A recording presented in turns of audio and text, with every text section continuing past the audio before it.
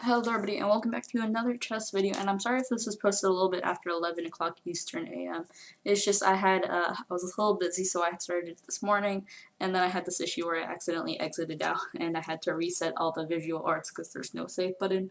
So yeah, that was very pleasant. Anyways, we are doing the 2 bishop checkmates now.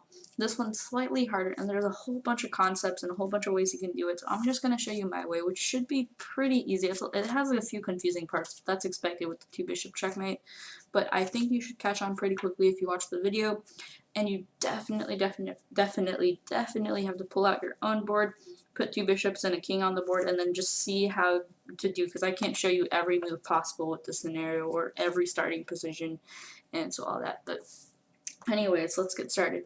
So I started off with a pretty basic, just putting the bishop centralized, and we're going to start pushing back where the king can go. So it doesn't matter where he moves too much. Let's say he just moves to d6. We're going to bring our bishop over. Now, as you can see, I created a little bit of a visual. The king's been cut down to about 3/4 of the board, so he only has 1/4 of the board to move around. I think it's like 11 squares. And so now I accidentally hit my arm. So now he's going to move over. It doesn't really matter too much, but idealistically we want to move our bishops over and cut him off even more. However, obviously in this scenario we can't do that because then he would just take and then it would be a draw. So we're going to start bringing our king up, and again, it doesn't matter too much where he goes. And so now we're going to do a very cheeky move. If you can see it, that's actually Vietnamese. We want to push the king off this row. We don't like him on this row. So we're actually going to push our king up. And as you can see, he is currently on d6. He's currently on the square. And then we forced him off the e6 square, as you can see. So he has to move back a row now. He has no other option. So now once he moves back a row, we can bring our bishop out. But you have to choose the bishop wisely, because if you do, for example, let's say you move the light squared bishop up, then he would just simply bring the king out, and you'd have to move back, and now you're in the same position as in before. So you have to choose wisely with what bishop you use. You have to use, in the scenario, the dark squared bishop, and so now he can't move forward even if he wants to, because the bishop's sanctioned. I don't know if that's a word either. Sanctioned by the king. So anyways, the king's going to move over, and as you can see, our king's actually really helpful in this scenario. He's protecting both the g6 and the e6 square, so now we can bring our bishop out freely. Now he's in check, and obviously he wants to cross over here, but he cannot because our king is protecting, so he'll move over. And this is where my variation differs from others. What I'm going to start doing now is I'm going to start pushing the bishops over to the side, and you'll see why I do this in a second. But basically how you're going to do that is the same thing you've been doing before. Now there is no other good move in this scenario, so I just simply move the king over, right? Because otherwise you'd like move a bishop, or you'd move a white squared bishop, and it just it wouldn't be anything good. So I just move the king over. And so then he moved, and then I moved over, and now as you can see, once again, I am forcing him off this row. And so once he moves, I actually have the liberty now to move my bishop over, right?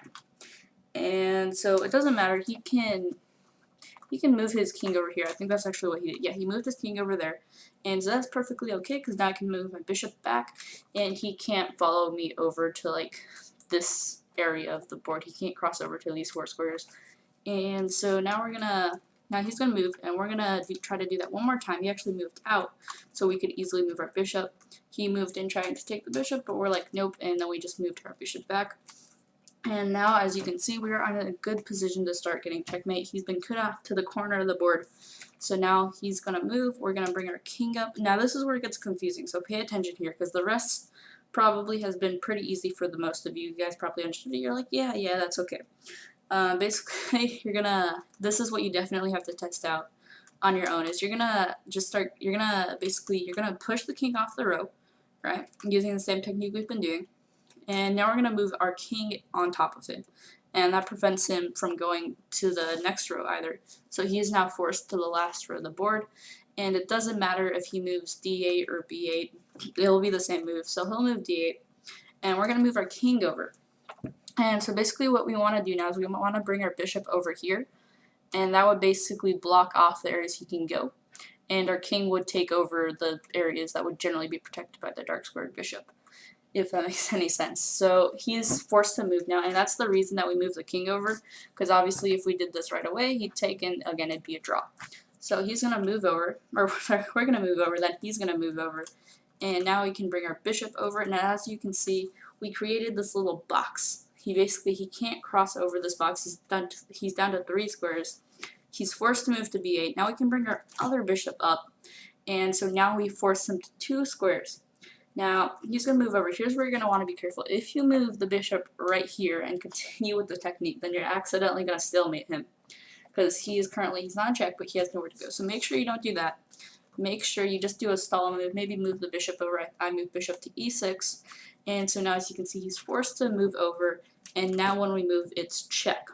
And that's great because now it won't be a stalemate.